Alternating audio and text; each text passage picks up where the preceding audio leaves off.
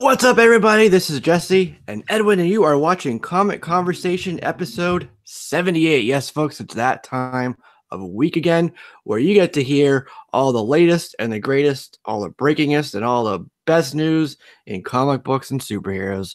So we have a lot to talk about. A lot of things happened this week, and if you want to follow along with our flow, it is in the description. Each of the topics we're going to cover are in the description, so definitely check those out. You can see on the screen Street Fighter 2, and of course this is a teaser for something we'll be talking about later, something pertaining to the World Warrior, but we'll get into that, and I'll go ahead and unshare my screen. So couple plugs first real quick. We are on iTunes. This will be up tomorrow, available to stream as audio MP3. I don't know, take us to work with you on the way to work or home on Friday night, or whatever it is, you can listen to our wonderful voices. So that's always on the table for you, and all our previous episodes are up there as well. And then we got to give some shout outs. I know that the great legend was here earlier, and he popped in and said hello. He is very excited, I know for a fact, because we have something really awesome to talk to you about, and I made it top billing, made it to the title. I'm pretty stoked for it. We'll get to that. It's pretty fantastic news. See what I did there? Now let's give some shout outs, and then we'll get into some catch up stuff and what y'all been doing past week or so. So we got Gomez. He popped in, but he did say he'll be back in 30. I think he may be eating. He mentioned Easter, and yes, this is Easter Sunday, so that's pretty cool. And the Ultimate Easter Egg movie's out. I can't wait to tell you guys a little bit about it later on. It was pretty cool. Jason Smith is here. He was second. Scotty's here as well. I always love seeing Scotty. Scotty is really great. Our friends over on Comic Frontline have a really fantastic Discord. It's an app, web-based platform as well. And Scotty's really active there, really supportive, always in the chats, always over there, just, making things happen and, propping people up. So big ups to Scotty. We also have Otaku Dan 48 here. He says, what's up? What's up with you, Mr. Otaku? Glad to have you here with us. Same with NLC Productions. Glad to have you here as well. And we got our official Blue Wrench regulator with us. Comically Flawed just popped in. He said evening. He wasn't feeling well for a while. Isn't that right, Justin? I think so. Yeah. Yeah. Well, so we've all been sick at some point. True. That's the reason for that, right? Yep. I feel like I'm sick every other damn day. It's like enough already. Mm-hmm. But all right, cool. So that, I think, is what we have for folks with us right now. Jason Smith and Joker M21 as well. Oh wait, actually, I'm not scrolling down properly. J-Rod Ham, love my J-Rod Ham. From 78 is here. Philly Superman is here. I think he's pretty excited about some news as well. So hopefully he'll offer his input. He's always great for some info. And also had Pop Dot Comics and Jack Yo showed up. Sweet. How's it going? And TJ Watson. TJ Watson. See TJ Watson. All right, cool. So guys, we're going to go through all the topics. We'll try not to make it a super long show, but want to get through everything here. And we will do a review at the end of Dark Knight's Metal issue number 6, which just came out this week. So if you want thoughts on that, stick around to the end, and we will share our correct opinions on that, as TiVo would say. Feel free to questions. It's always this is part of you guys. We're here talking on the camera, but you guys are part of this conversation too. So definitely, do your thing there. You guys are always good in the chat. But I've been rambling on long enough. Let's go ahead and kick it over to Mr. Exile State Comics and see how you've been in the past week. What's going on? How's it going? Good now, better. I was actually sick over the weekend, so that got me and delayed a whole bunch of stuff. But I'm back at full force now, so it's all good. It's sweet. All good. Yeah. No, and like I said, I don't know if you guys have seen it, but I've that X Factor 50 man. That's like the super grail that everybody needs, because you got Rob Liefeld and McFarlane on the same cover. That's right. Yeah. I'm saying. So go find that in your dollar bins. It's there. Yeah, that's pretty cool. Yeah. They worked on it. Did you figure out? You were trying to figure out if he did inks or colors over Liefeld pencils. Yeah, Liefeld did the pencils. Yeah, McFarlane did the colors on it. Oh, he did the colors. Okay. I just thought it was also like the cut of the covers was so weird. Like, yeah, don't match the top up. was cut off, right? Yeah, so weird that like direct market versus newsstand. Yeah. Yeah. Is that something that just spiked up recently? Because I'm kind of out of the loop. No, dude. I just found it. I'm just hyping it. Oh, you're just. Yeah, he was like dollar bin diving and stumbled across it. Okay. I just thought it was so cool when you see way over there. But you know, you see like the little signature of the artist at the bottom and in the tab, and it's it's Liefeld plus McFarlane. I was like, that's awesome. You know, regardless of what book that's on, that's awesome. Yeah. Yeah, he likes to ink other people's stuff. He even said one time he wanted to ink John Romita Jr., which I don't know what that would look like, but you know what? I bet his ink would soften up the lines. You know, he could add thick like you know how Adam Hughes does thick borders around his characters and stuff. He could like thicken up the border around Superman and soften the lines or something. You know what I mean? You know why they do that? In other words, fixing it. Fixing it. Yeah. When you see thick lines on a book, or thick lines on anything like that, it's to cover up mistakes. Yeah, exactly. Hey, there you go. Yeah. Early retirement. That's right. Yeah.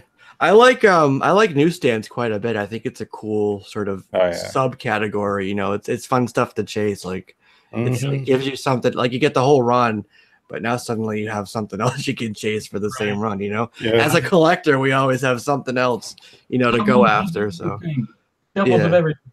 That's right. Yeah. All right, cool. So I'm glad you're feeling better. So awesome. We just got Chris. What's up, Chris? Not much. You guys hear about that cult? Allison Mack? Yeah, Allison Mack apparently was so a girl from Smallville was apparently involved in some sex cult. It's pretty hardcore. She's going to jail. Yeah. Like she's going to jail for a long time. I guess it's basically almost like sex trafficking and stuff. Like I guess the guy who was in charge of it was like having sex with like underage girls and stuff. And I think there was two of them. Two girls from Smallville were on it, and then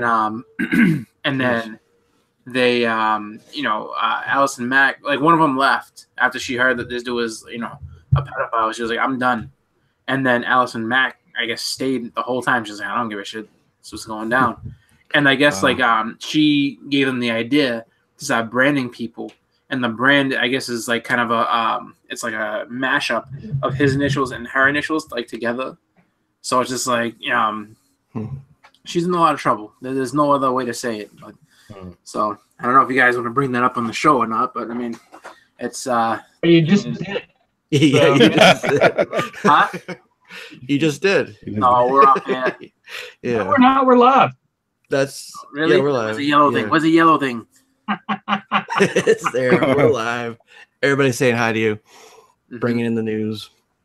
No, just I had heard about it. I didn't even watch Smallville, so it's not like I'm like, oh my god, my hero. I was like, I don't give a shit. But I was just like, wow, this girl was really doing something like that. That's messed up. Yeah, it was Lana. Her career went down. That happens with them child actors quite a bit. You know, they lose their fame and they just have all this money and they're lost. You know, they had their manager or whatever who was carting them around, and then when they stopped bringing in money for the manager, they got dumped, and now they have no like father figure. I'm being very general here with this, but a typical story. You hear that a lot, and then they turn to drugs and alcohol, and and sex trafficking now. Well, in Drew Barrymore's case, she was 8. I mean, she didn't lose nothing. People just like a typical story. You hear that a lot. Yeah, they turn to drugs. Somebody showed me a picture of the kid who played Anakin on the Phantom Menace, and he just looks like a hot mess now. Oh yeah, we really are like. Oh. It's like Macaulay Culkin looks like a crackhead. I don't know what his deal is. Something's going on there. But all right, Edwin, how you been? I'm good, guys. Just trying to slang some comics and get ready for Fan Expo Dallas next weekend. That's pretty much it. Sweet. That should be a lot of fun. The guest list there looks pretty sick. Well, here's my concern. I'm not gonna have enough money to do what I want to do. Yeah. What the hell? The thing says off air. Like I'm sitting there thinking that we're just talking in off. Hey, yeah. Now we're live, bro. Make sure you don't pick your nose or anything. Hey, it's all right. It doesn't matter to me. So I mean, I'm sorry to cut in like that. I just saw like, don't worry, Chris is not live. I'm like, wow, that's cool. Yeah, we know we're live. We're definitely live. Miss Hustle's here. Hey, Miss Hustle. And Brian B. I see Brian B. popped in. The Phantom Menace is a hot mess, Jackio says. Yeah, that movie. Pod racing, man. Pod racing. Yeah. Pod racing's pretty dope. Apparently, there's going to be some racing in some of the movies coming up. You know, so we'll see. I don't know. That's what I heard. You know how things go when you hear things. Mm-hmm. All right, cool. So, what have I been up to? Got my 2,000 subscriber contest going on that kicked off last weekend. I think I launched that up. So, I got that up. After this, check that out. I got 3 places for it, and it's pretty. I mean, I would think pretty simple, pretty straightforward. Trying to bring, we always talk about, the cover art and the cover artist, and cover this, cover that, which I love. Don't get me wrong, but we got to remember that there's a story in there too, So I made my contest based around like favorite story arcs or, favorite storylines, things like that. So still showing books and covers, but, talking about the actual story inside of it too. So, we'll see if anybody enters. Nobody's entered yet, but that's okay. You got my entry. I just got to get into it. Okay. No rush. It goes till, like the end of April, so it's literally like a whole month. So yeah. So no rush there. No rush for anybody. For my contest when I did it, it was more of like, I think there was like a 2-week kind of lull period, and then they all kind of came in. Yeah. It's like one of those like out of sight, out of mind things. You know what I mean? Mm-hmm. So you got to keep reminding people about it. Yeah. Brian B. You mean we can read comics? What? Yeah. There's like, letters and words in there. All right, cool. So the first thing I wanted to bring up, thanks Biggies, I appreciate it, is something that dropped today. Big news. I'm really excited for it. They've been kind of teasing it for a while and leading up to it because, the Marvel 2-in-1, there's some stuff happening with like Moon Girl and her putting a team together. But CB Cebulski, who's the editor-in-chief over at Marvel Comics, announced that this August of 2018, the Fantastic Four are coming back as their own book, which to me, that's fantastic. I've been missing them. Last time we saw them was, the volume ended in 2015, and then the last time we saw them was the end of Secret Wars, right, when they went off to do their whole universe thing, and they're basically off the table since then. But now they're coming back. The creative team is Dan Slott as the writer, so he'll be doing the new Iron Man title, which launches pretty soon, I think. And also this one, Fantastic Four. So that's pretty cool. And then you have an artist who I really like, Sarah Pichelli. So I think that's a pretty good team. And a lot of people were talking about, oh my God, it's Slott, and like groaning about that. And I get it, right? He's been doing Spider-Man for quite some time. And I completely agree. Well, I do like him. It's become a bit stagnant, I guess you could say. And like some of the stories that he's been doing it for so long that you continually have to try to branch out Spider-Man and the mythos and just the character into these new areas. So it gets kind of wild and crazy, and he ends up with $1 billion, global conglomerate, you know what I mean? That, because you keep building it further and further out from who the character originally was. But I think that him coming off of that book and moving over to Iron Man and this will be something fresh for him. And kind of like with Bendis, right? Something maybe moving over to DC, writing Superman instead of some of his other stuff will be like a fresh kind of start, kick the dust off the tires. And I think he'll get back to like maybe something that, we used to like about it. So my opinion of this is that it's a good thing. Obviously going to check out the first issue or two. Oh yeah. And I'm not gonna crap on it until I actually read it. So that's my take on it. But what do you guys think? I think Legend would have some words for you if you crapped on it. Yeah. I think it's good to bring them back. 100%. Yeah. It was inevitable. It's just going to be like everybody's just going to initially it's going to be compared to Hickman. They're like, how is it compared to Hickman's Fantastic Four or even Fraction's Fantastic Four? Yeah. I don't know. I'm excited for it just because they're coming back. We know we wanted them back. It's that movie that you forget that you like, you know? You're like, oh yeah, this is awesome. Right. I'm hoping that's what the feel we all get from it is, you know? Yeah. What's that say? Absence makes the heart grow fonder, you know? Exactly. Take them off the table for a while, and then people, because I guess what they were saying anyways was that sales on the book were pretty low, and that was kind of one of the reasons that they dropped it. Now the other side of that is the conspiracy theory side that says that they were, you know, this whole thing with Fox and the rights and the movie rights, they didn't want to, you know, do the merch and the promotion and make Fox money without them making money. But if they have the merger going on, that's kind of a moot point, right? I can't see it being sales because we see what the sales are on some of their current books that haven't been canceled. Exactly. Yeah. I don't see that being it. 20s and like high teens for print runs. Unit sales. Yeah. I think you guys hit on the head though with the absence makes a heart grow fonder because I had heard that the last issue of Fantastic Four back in 2012, 2013 had very low numbers, like nobody really even cared. And since they've been gone for so long, I got to be honest with all the Marvel movies that are coming up, it sparked some interest in the Fantastic Four. And I've never been a Fantastic Four fan, but just like Big E said, he was thinking the same thing I was thinking. I liked Sarah Pichelli when she was on Ultimate Spider-Man, Miles Morales, because I was actually getting that monthly every time it was coming out. And I thought that her, and I think, was it Bendis that was writing that? Yeah. I mean, to me, they did a really good job. I enjoyed the story. And so with her on Fantastic Four, it is going to be fresh, like what you say, Jesse. So I actually am really much looking forward to this coming out.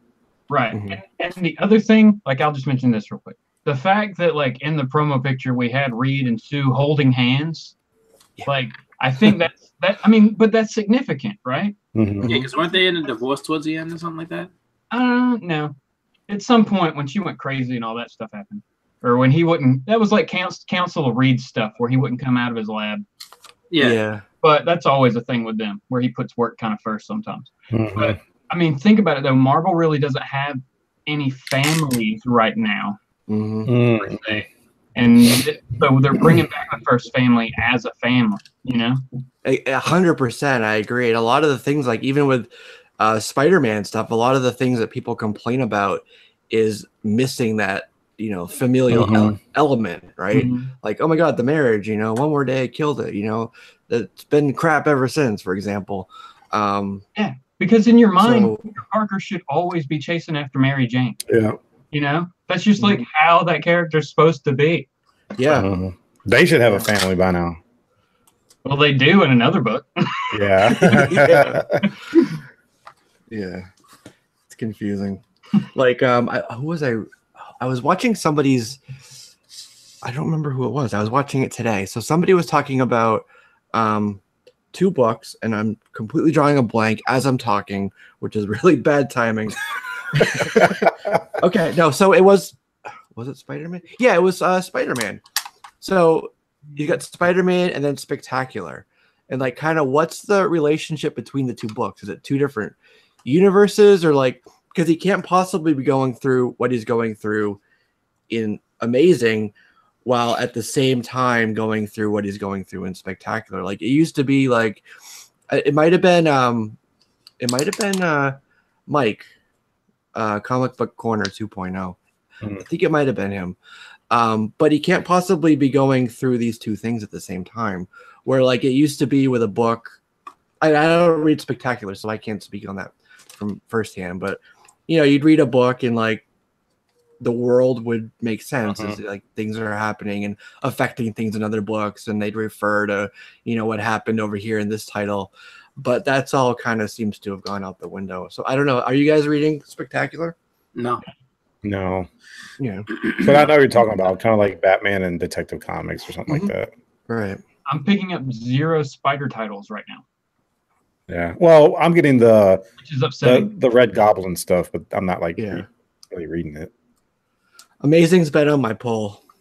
I'm a Spidey fan, so I got to keep it through the. I can't be a fair weather fan, right? Just because they don't go to the Super Bowl doesn't mean you. Yeah. Go to the other team. Yeah, like I've been reading Amazing. Spectacular, I decided not to. I just didn't want to have. I just didn't want to have another book like that in there. It's just like, I mean, there's a lot to read through, and you know, it's just one of those things where I think, for me at least, you have to kind of prioritize the titles, and so for me, I mean, Amazing, you know, it's been a good story throughout, and I just, you know, I really just don't want to pick up something new, just because, like you said, like you can tell it's supposed to be, I mean, as far as we know, the same continuity, but it doesn't seem like it at all. So it's just like, you know, for me, I kind of just leave it alone. Like, you know what, I'm going to stick with this one. And if I miss a great story or something like that in single issues, then maybe I'll go get a trade of it and, you know, go, you know, bag about it that way. But it's just, you know, it's a lot to try to pick up, you know, all these different books all the time. So, you know, I wonder that sometimes too, though. Like Evan brought up a good point with Detective and Batman. It's just like there's conflicting things going on. Not conflicting as in it, you know, kind of just contradicts. It's just that Batman and Detective is doing way different stuff than what he's doing and you know, the regular Batman title. And it's just right. like, And he never talks about this whole team he has set up. That's based out of the Belfry. It's not even like a thought in his head. It's like he doesn't even bring it up even in the slightest. So it's just like it almost makes you think it's a different universe. It's like it's just every other day he works. He's like, I'm Batman today, and then Tuesday I'm Detective, and you know, it goes back and forth. Yeah, that's how they do it. I mean, but then again, all that stuff is everything happening in Batman right now is still like a year before the end of Metal, so that's confusing in and of itself. Oh man. Yeah, but I don't. But with Peter Parker now being back in both titles and being back in New York, it is kind of weird to wrap your head around. Like where did this one take place versus this one? You know? Yeah. And that's something that, you know, Marvel used to. They would kind of explain that at the beginning of the book.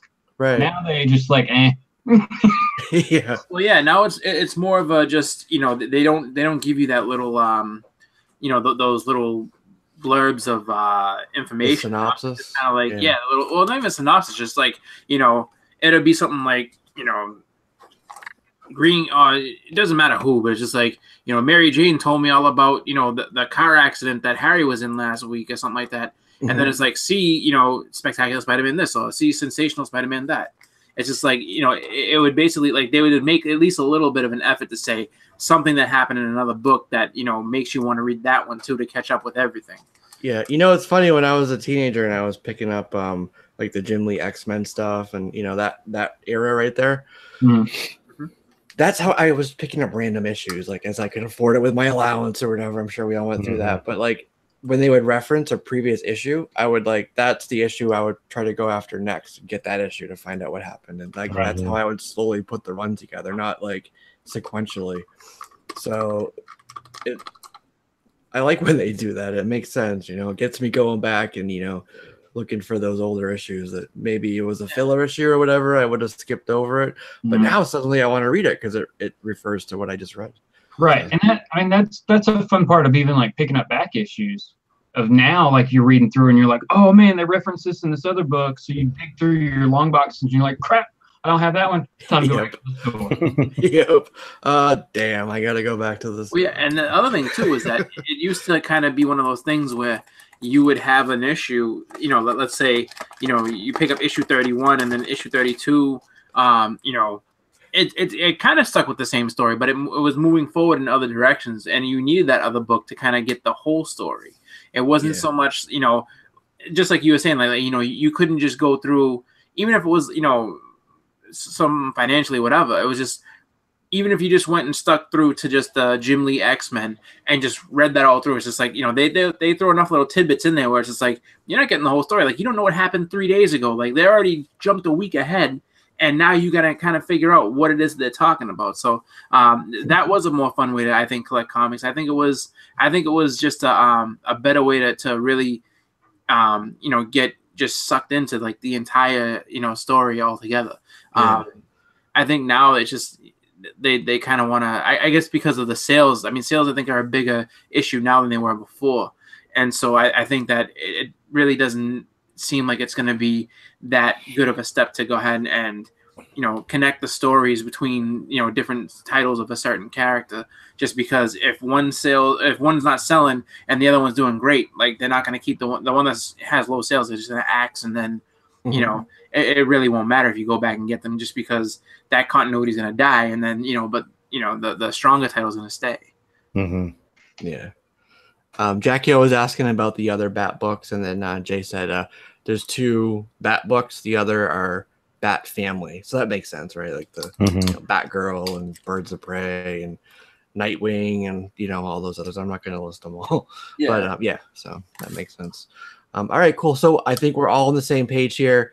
Excited about it. Yes, we know it's Slott, but definitely give it a chance first. Yeah. And I was of the opinion that it'll be a fresh start. See what I did there for Slott himself. So yeah. Hopefully it is. Yeah. All right, cool. So I'll probably say this quite a bit tonight, but I'm excited for this next thing too. I'm going to screen share what I shared before because it does tie into what I'm going to say next. And I got my Google Hangouts technology going on, so I don't got that fancy Wirecast or whatever else. What's the other one they use? OBS. There we go. Yeah. OBS. Okay, so this is obviously Street Fighter World Warrior. You guys remember that game? Yes, Street Fighter 2, great game. Yeah, it was a lot of fun. So there is a TV series in the works for Street Fighter. It's going to be Street Fighter, but it's going to be based on this story in this game here. It's E1 is the name of the company. They're teamed up with it's Entertainment One, but it's going to be live action. Is it going to be live action? Yeah. Oh, it's going to be live action. Yeah. I was thinking of the Street Fighter movie. Jean-Claude Van Damme. There was a web series called Assassin's Fist. I don't know if you remember that. So it's the same team from that will be doing that'll be the EPs on this. So they're going to be tied to it. So if you like that, if you saw it, it's going to have a similar kind of look and feel for this. Yeah. So you'll have Ryu, Ken, Guile, and Chun-Li, and they're going to be trying to take down Bison. Right. So what's crazy? Like the crazy part about it too. Like if you played those games, it's just like the Street Fighter 2 game itself has so much to it, and it's just funny. Like if you ever take the chance to go through the whole continuity of it all, Street Fighter 2, the jump between Street Fighter 2 and 3 is a big one. And it's just like there's so much that goes on. That's why there's all those different ones. It's like you have Street Fighter 2 and Champion Edition and Turbo. Then it was a Super Street Fighter 2, and there's like about I don't know, like 10 or 15 like different iterations of that one game. But that they just kept increasing on that one story, and it's just like there's so much that changes from one game to the next. So it wasn't really full out about them taking down Bison. They all had their own reasons for wanting to be in that tournament. And then the story gets pretty deep. So, I was a huge fan of the game growing up. So I got into the story and all that type of stuff. Well, they were in the tournament that was made by Bison, right? Well, yeah. And the thing was, it was a tournament made by Bison. Well, they call it the World Warrior or something like that. And then what happened is that there's just a bunch of different Ryu wanted to figure out, or Ryu wanted to prove that he was the strongest warrior, and Ken decided he would go with him. And then Guile wants revenge for him for Bison killing Nash or Charlie, and then what is it? Chun-Li wants revenge for Bison killing her father, and then Sagat wants revenge for Ryu scarring his chest, and it's just like it's this whole crazy like big story. But overall, I mean, it's a fun one though. I mean, it's so I mean, I look for I'm definitely interested in it. I'm just hoping that it's not just like kind of what Edwin alluded to, where it's just like the movie where it's like Bison's evil, we gotta take him down. Just like, yeah, but these guys didn't care about that. Like these guys just wanted to prove that they were the best fighters in the world, and these ones actually wanted to kill him, and it's just So I just hope they stick more to the game than the actual movie that came out. Even though I love Raul Julia, he's great, but well, if you think about the movie, I think we're pretty far removed from the movie that was out. What was it, like 20 years ago or something like that? A long time ago. It was. There's another one too. It was like The Legend of Chun-Li. Yeah, The Legend of Chun-Li. Oh yeah, but that wasn't live action, was it? Yeah, it was. Yeah, it was. Yeah. Okay. Well, I haven't watched that. I don't really know. My point is that if they no, I'm I'm listening. I'm trying to read something right now too. But one of the things I'm thinking about is that if they go about it the way you guys are saying it, with just a handful of characters, then it could be fine. But if you want to have every single member of Street Fighter 2 in the oh yeah, no. Then that's going to be a problem. No. So. It just depends. I like I said, I just hope it's not. Me personally, I just hope it's not just a story where it's like we're this fighting force out of nowhere and we're all gonna take down Bison. It's just like, yeah, no, that's not really the motivation that Ken and Ryu had. But that's just I mean, I guess if it ends up being something that's not your cup of tea or some, at least for me speaking, then just play the games. That's all. Wasn't Bison like Russian? Yeah. No, Bison was Bison had. It's kind of weird because he was based out of Thailand, and he had a regime called Shadaloo, and so it was just Shadaloo. Like he didn't really have I think a country affiliation. I think Shadaloo was its own just kind of okay. I was just always wondering who named him Buffalo. Buffalo? Bison. Oh, Bison. Well, the funny thing is that the name itself. So when it comes to Bison, M. Bison isn't actually for him. So M. Bison is supposed to be Balrog's character because it's supposed to be like he was supposed to be a play on Mike Tyson. So Balrog, the boxer, his real name in Japan is Mike Bison. But they figured he would get sued bringing it over here to America, so they changed him to Balrog. Wow. And then Balrog is actually Vega, and Vega is actually Bison. Yeah. So the names got all crazy because of the fact that they were afraid, of Mike Tyson, basically. They were afraid of Mike Tyson. Punch you out. I mean, hey, it's a good fear to have. Mike Tyson, back then, he was a champion of the world. You didn't want to make him mad. It didn't matter what it was. And he was super rich, and just all the money that was tied up in him. Like they didn't want to go bankrupt getting sued by him and Don King. They should have, to be accurate, they should have called him Bison. Oh God, yeah, Mike, if you're watching, I didn't. Sorry. If he's watching, yeah, he's not watching. Okay. I gotta watch my back when I go out tomorrow. All right, cool. So that's pretty exciting, though. I think that's cool. Always like the game adaptation stuff is always really you gotta. It's hit or miss a lot of times. Mostly miss, but I like the Street Fighter anime. That was really cool, like well done, like pretty extreme, Yeah, that was good. So if they could kind of capture something of that story or something, that would be cool. Mm-hmm. Yeah, for sure. All right, cool. So let's move on to the next thing, and it's a comic book related thing. Frank Miller, there's a couple stories with Frank Miller right now. One of them is that he is developing 5 new projects with DC Comics. We told you guys a week or two back about the Black Label project, right? Or imprint. Yep. So for that, he's going to be writing Superman Year 1 with JR. We had our thoughts and opinions about that. Oh no! Yeah. Oh no! Yeah.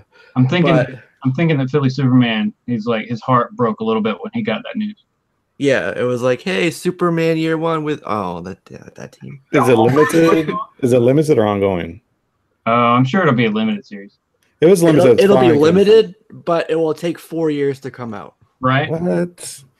Oh my god! Is this like another Dark Knight 3? Well, that's what I'm referring to. Again? Like that thing just took forever. One issue per year. Yeah. Wow. So they announced another project. He's going to be teaming with this guy named Ben Caldwell, an artist, pretty good artist if you ask me. So they're going to be doing a original graphic novel that's based on Carrie Kelly, who remember her? Oh no, Carrie Kelly. Yeah. So graphic novel, meaning it'll be the beginning, middle, and end all in that one book. So that's pretty cool, one and done type of thing. And I don't know the name of that. Maybe Philly Superman does, but that's going to be, those two are 2 of the 5 thus far that have been announced for Miller, anyways, for part of that deal. And then the other thing that he's going to be doing, so he's pretty busy right now, Frank Miller. He's teaming up with author Tom Wheeler. Tom Wheeler wrote a book, and I think the book was also called Cursed, but Netflix picked up the rights to the book for a 10-episode series. And what Cursed is basically a reimagining of the King Arthur tale. It's told through the eyes of a girl who is the one who eventually becomes the Lady of the Lake. Oh, wow. Oh, that's cool. We've never really got her story. Right, exactly. And if you like, Arthurian legend and, that whole genre, really, this should be pretty cool. And, Frank Miller, I imagine, say what you want about his writing, but he can make it pretty hard in the paint, if you will, Yeah. So sounds cool. And then with Netflix being attached, they're not limited by ratings per se. Right. So, yeah. Story idea alone, it's interesting. I would check it out. Yeah, definitely. It'll be a series, at least 10 episodes, which I think 10 episodes. I think that should be what the Marvel Netflix seasons are, not 13 episodes. Like for Defenders, Defenders was 8, right? That was a perfect length. Like they should keep with 8 to 10.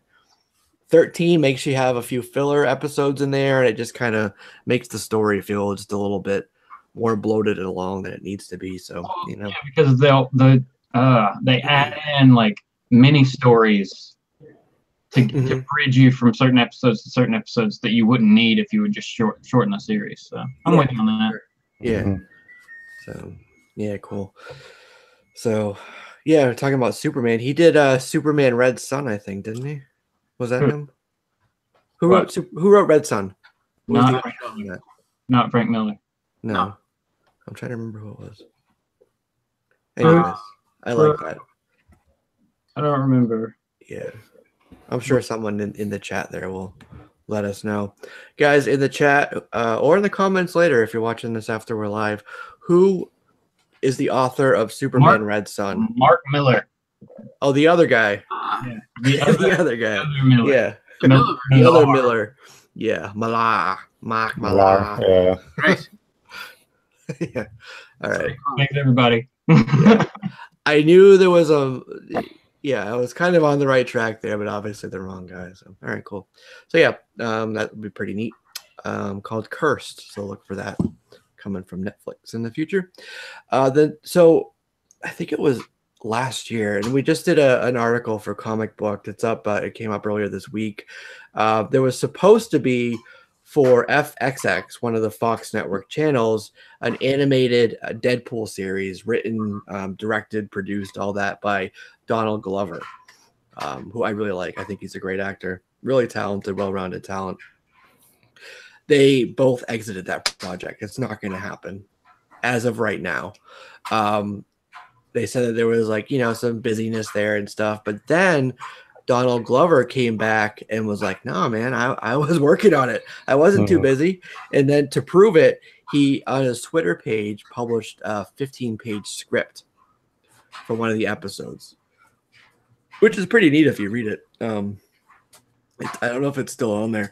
I did post it as a separate thread on the CBCS forum. So if he did take it off of the Twitter, you can still find my uploads over there. But my suspicion, anyways, is that it's one of those things being affected, and we'll touch on it again in a second with something else, but that's something being affected by the shakeup with the merger and stuff, and how to kind of position some of the shows or whatever. So my thinking is that they pulled it, but it's going to go to either Hulu, which they own a 30% share of, or some like type of streaming service that's exclusively their own, which if it's Deadpool, that's going to draw a lot of people to subscribe. You know what I mean? It's Deadpool. So I think that's kind of the strategy there, but I don't know if you guys have a different opinion on that, or there's not a need, I think, to put out a Deadpool cartoon right now, in my opinion, unless it's going to be it's not going to be it's not going to be catering to like 10-year-olds or anything, is it? No, there were F-bombs and stuff in the okay. So, yeah. So okay. It's Deadpool being Deadpool. It's just an adult cartoon that they want to go ahead and put on. The hottest thing with that, I mean, even if it was, let's say it was to go on FXX, I mean, I don't think they have. I know that they used to put Always Sunny, which I think is on a break right now. But Always Sunny never. I don't think they ever were able to drop F-bombs and stuff like that on this. So, they're still restricted by the FCC and all that. So, to bring it onto a Hulu or something like that really does help them out, because if they want to have just a really raw and uncensored type show, then that's the place to do it. But I mean, it's as far as Deadpool is concerned, I mean. He's still popular. They're doing it. I mean, the whole, second movie's coming out and everything like that. So, if they release it post movie, it could do really, really well, because a lot of people are going to want to have something, especially when you have something episodic to watch. Yeah. You just be like, all right, so came out of the movie, want to see more Deadpool. Oh, look, I have a show that I can watch and binge on. That'll really tie people over. So, yeah. And I think it's good that I didn't really put the connection together. I mean, I've known Donald Glover a little bit from some of his indie stuff, but being comedic is actually a good idea. I never really thought about that. I don't know how familiar he is with Deadpool, if he's read the comics or if he's just going by the past two movies for his source material. But I don't know. It could be good. He seems to be he's into that type of culture, like video game comics and things like that. So I think he'd be pretty well versed in what's going on with it. I think that a lot of the fact though too that he is a comic and stuff like that was going to help him out, just because I mean a lot of times, so long as you're a good enough actor, or if you're good enough where you need to be as far as being funny and all that jazz with something like this. If you have the range to do it, you should be fine. So I think he can. I think he can pull it off. He's actually got another show coming out on same channel, I think, where it's more of a I guess urban drama, I guess you could call it. With I think it's supposed to either be about New Orleans or Chicago. I forget which one. Atlanta. Completely. Yeah. So completely. They're already on season 2. Oh, they're already on season 2. Yeah. But I'm just saying, so that shows that he can do a serious role too. He's not just just a comedy actor and stuff like that. Like he's got a lot of different things going on. Exactly, because he's also Childish Gambino. He's also does a lot of music stuff, so he's kind of all over the place. Yeah. So I mean, I think this is just him, branching out and getting himself, as many paychecks as he can. You know what I mean? Just like, why not? Yeah. Cool. So we'll have to see what happens with that, but I don't think it will be completely dumped aside. Is I guess the point that we're trying to make there, right? Even though this was backed out of by FX, I think it's still not on the table, but it's on the shelf next to the table, waiting for the right moment, right? Yeah. So I guess that's a good way to put it. Have you guys ever read Astro City by Kurt Busiek? I've read 1 or 2, and I heard good things. I just don't know the story well enough to be like, okay. Oh yeah, we forgot that Donald Glover is Lando. Oh yeah, there's that too. Yeah, I was calling him Lando Gambino. Oh yeah, yeah. That works. Yeah. Sorry. Good save, Jack. Yeah. Good call out there. So Astro City was picked up by Fremantle Media, and they are developing a TV series. That's going to be a recurring theme with this show. It seems like, ever since the whole thing with Marvel backing out of Netflix, and then Netflix having to kind of reposition themselves and find their own content and not rely on like a Marvel or a Disney for their service, kind of making their own original content. Mm-hmm. There's been a lot of moves by Netflix and these other companies to move into the rest of the comic book space outside of Marvel and DC. So that's going to be all of like the the indie stuff, and we'll talk about something in a minute. Things like this, the whole bunch of them. So we're going to touch on a couple of them. But I know I made that example, but this is, I think it's currently with DC.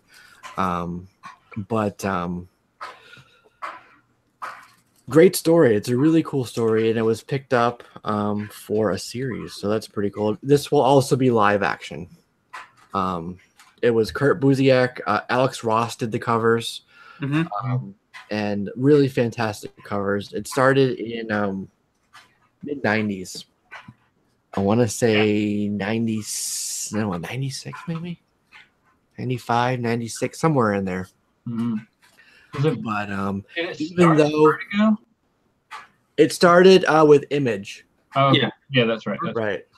So it's, even though it's current, the reason why they can do this is even though it's currently being published by DC, mm-hmm. Kurt Busiek owns all the rights to the property because it was with Image, right? Oh, wow. So it was creator owned. He was able to work out a publishing deal with DC to where they would obviously, publish it, get their money, but he would still own the property. So that's kind of a little. So he's kind of leasing it out or something. Yeah. So basically, it's just all these people that have, just a world, city, Astro City, it's called. And they have a ton of superheroes in there and supervillains. And they all just, interact, So it's pretty cool. I don't know if you guys ever read like Marvels or something like that. It was Marvel. Back in the 90s? Yeah, really great. It was kind of told from the perspective of the people witnessing these events. Right. There was a lot of, for me anyway, some similarity to that, especially because he did both of them, like the covers, like the Alex Ross covers. So I don't know. It's cool. Yeah, I would recommend checking it out. Jackio says he hasn't read Astro City in about 20 years. Yeah, it's still going. All right. Yeah, it seems like that book takes a break for a while, and then it'll come back. It's weird. Yeah. I think it's a smart way to do it, though, too. If you have a long-going series like that, just, if you conclude a big story or something like that, just, take a little break and then, come back strong the next time around, Yeah. But yeah, I think that some of like the Image titles, what was the one that was Paper Girls was doing that for a while. It would take like a few months break and then come out with a few. Well, I think they all, after 6 issues, take a month off, right? Something like that. That way they can work on, building up the next couple issues to get them, instead of promising a book and having it be late and that lateness snowballs, take an announced break so everybody expects it. Let you build up some of like, the pages and the issues. And that way, when you announce the publishing schedule, it's actually on time, right? Plus, like what y'all said, they give that break, and then during that break, you get a trade. So if you didn't get on the singles, now you can get caught up on that story before the next arc starts. So I mean, I can from like a business side, I can see like how they're doing that and why they're doing it. I think it's a good option. I know a lot of people that aren't necessarily comic book readers have picked up, just a trade here or there of an Image title because they heard, some hype about it or whatever. So I think Image may have like a pretty good foothold in as far as like trades. You know what I'm saying? Yeah. And not only that, but they also, not to get too far off topic, but they'll and they're cheaper. Yeah. But they'll also have like a kind of a substitute artist do like that I remember when Greg Capullo was doing, he did like 1 through 12, and then number 13 of Batman New 52 had some artists I never heard of, and then he came back on the following month. So, so Jason Smith is freaking out right now in the chat. Why? Apparently, he has very sensitive ears, and he can hear something tumbling around. Oh, it's my daughter's jacket in the dryer. Sorry. Oh, okay. There's your answer, guys. Yeah, it's not my pressing machine. Just something wrong with your ears, dude. I can't do anything about that. Yeah. All right. Yeah, no worries there. So it's not very loud for me. So, yeah. Okay, so Gomez is here. I want to make a point to do something in RAG as well. I meant to do it last week. We had a really great guest on last week. If you guys haven't checked it out, it was Peter Samedi, publisher, guy who does everything basically for alternative comics, which is a really great, innovative indie publisher, right? Really cool stuff. But anyways, Gomez sent a super chat, and afterwards, when we were wrapping up, because he was still with us, I kind of got distracted. I meant to shout out their show. So I want to make a point to do that today, right now, because they're both here. So the 9.8 Posse podcast is every Wednesday. It's at 10 Eastern, 7 Pacific. It's with Gomez, Rag, and it is on the Comics Corner Club channel. So it's three other guys. It's him hosting it. Yep, Comics Corner Club. And it's 9.8 Posse podcast. They do some really cool stuff. I was actually listening to one the other day. I'm behind a couple because for some reason I keep getting busy. But they have really good conversation around, especially CGC. One of the guys actually went, he lives in Florida too, I think. It was Comics Corner Club. But he went to, it's every 2 weeks. Okay, thanks, Rick. He went to CGC itself to do like a physical drop-off of the books. So he was talking about like the experience of like being there, meeting the rep, like the super max security that they basically have, and like just kind of that experience, you know. So it was pretty cool. You know, we hear a lot about like shipping the books, but we don't hear a whole lot about what it's like to like actually go there and do like a physical drop off, you know. Right. So yeah, it's pretty cool, and I recommend you guys, you know, check that out there. So yeah, 9.8 Posse. Does that mean they're better than the 9.2 since they're 9.8? Oh, I'm not gonna answer that. I like. Somebody's gonna come out with a 10.0. Yeah, right. 11.7 PG. Right. So yeah, cool. Yeah, Rag says it's like a Fort Knox type of place. Yeah, when he was talking about it, it was like you know, like concertina wire, like, you know, barbed razor wire, and like all this crazy stuff. So, you know, speaking of which, you know, they had like a machine gunner. No, they didn't have that. Oh my gosh, barbed wire. Yeah, German shepherds. Yeah, right. Speaking of which, I got I got a bunch of slabs from CBCS, and one of them actually came cracked. And CBCS was actually pretty. Their customer service was actually pretty good, because they were like, they asked me to take pictures of it and then to email it to them, and then they said just to send it in, and they were going to reimburse me for my shipping to send it in, and then they were going to recase it and then send it back. So that was pretty. Nice. That was pretty nice to hear. Yeah. Just replying to Brian. So Brian B said that he ordered a bunch of Alterna books that they didn't have in the shop.